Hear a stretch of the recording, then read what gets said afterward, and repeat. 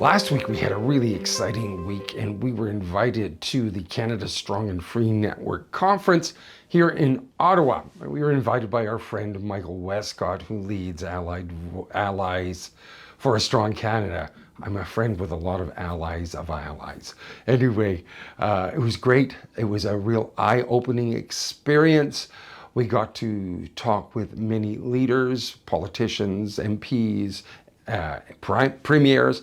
I even got to talk to Mike Pompeo, the former CIA director and Secretary of State. Great conversation with him. It was really great to be there. And I would really suggest that you take a look at the conference because we saw a lot of great areas that we can be pressing in on prayer. And so you can find these conversations, many of these speeches and panels on CPAC. That's the government website. You can see it on YouTube, CPAC. Look up Canada Strong and Free Network. One of the things that they spoke about, one of the panels that they had Rick Eckstein, my friend Rick Eckstein speaking, and they brought in Michal Wunsch from Israel to talk about anti-Semitism and the rise of anti-Semitism. And many times people ask us, why are you pressing in so much on anti-Semitism in Canada? And it's a very simple answer. It's the Jewish community are the canary in the coal mine, right? When we see the rise of anti-Semitism, we also see other things happen in conjunction. And we're starting to see this again, like we've been here before.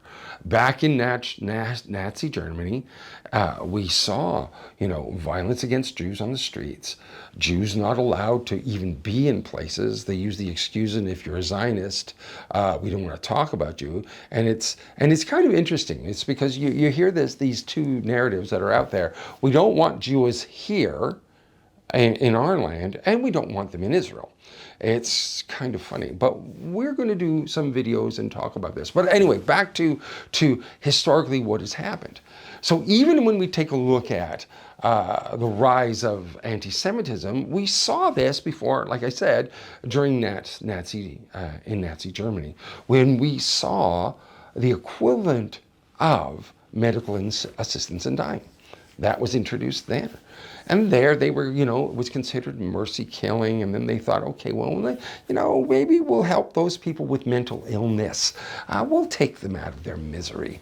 And perhaps people born with defects, we can get that, or disabilities. Well, the state doesn't really want to pay for those disabilities, so let's see if we can get rid of them. And then they started to move into people that made them uncomfortable.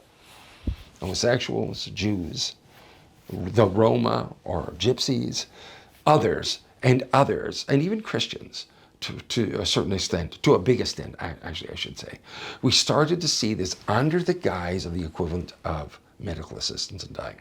So when you see this rise of anti-Semitism, there is an element of authoritarianism connected. And we've seen this in history. And are we seeing it today? Even the CBC, right? The CBC actually said this on 2 occasions just a couple of weeks ago, questioning the direction of our prime minister. And is he moving into these spheres of authoritarianism, as well as other global leaders? Other leaders in the West that are traditionally people of freedom, are they moving this way? I'm not saying this to make you afraid, all right? Because we don't want to be afraid. We are not afraid. We are not ruled by the spirit of fear, but of power, love, and a sound mind, or self-discipline. So we are not ruled by that. And in fact, one of my favorite chapters right now is out of Acts chapter 4. In Acts chapter 4, it's Peter and John. They are brought before some leaders. They're telling them, we don't like that you're preaching. We don't like the stuff that you're doing. We're not doing this. And so they stand up and they speak out against this authority. And then they pray this prayer, right? They speak the word of the Lord with boldness. And this is where we're supposed to be. It was great to be at Canada Strong and Free because I was able to speak the word of the Lord with boldness to teenagers, to university students, to all those around me. Even with those in authority, we're speaking the word of God to them. And like I said, we were the only ministry that were there. Cardis was there. They're not really a ministry. They're more of a think tank. But we were there, and we were there to speak the word of the Lord and to encourage and to pray. I mean, the main thing when you're embedded into a situation like this, you're not there just to be observers. Anybody could be an observer. The main reason why we're there is so we're picking up and learning how to pray and what to pray for. That's why you should be engaging in society, but not only because you're going to speak the word, but you're going to take those things that you see to the Lord and come into agreement with his plans and his purposes for those things. So I want to encourage you, don't be riled up about this arising authoritarianism. We're going to do a podcast on it coming up. We're going to do a podcast on anti-Semitism and bring in some guests. But I just want to say to you, be bold and courageous, for you. The Lord your God will go with you wherever you go. And I just want to remind you one thing out of 2 Timothy 2.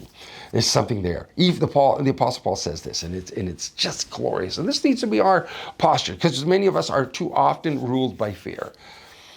And the Apostle Paul says, like, even though I'm in chains, right? Unjustly in chains, he says. Even though it's not fair that I'm in chains. I haven't done anything wrong. I haven't broken the law. But I'm in chains.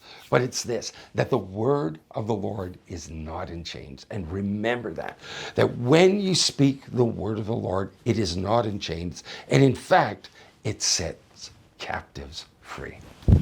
I'm Chris Byberg, the director of the National House of Prayer. And we'll see you next time. Bye for now.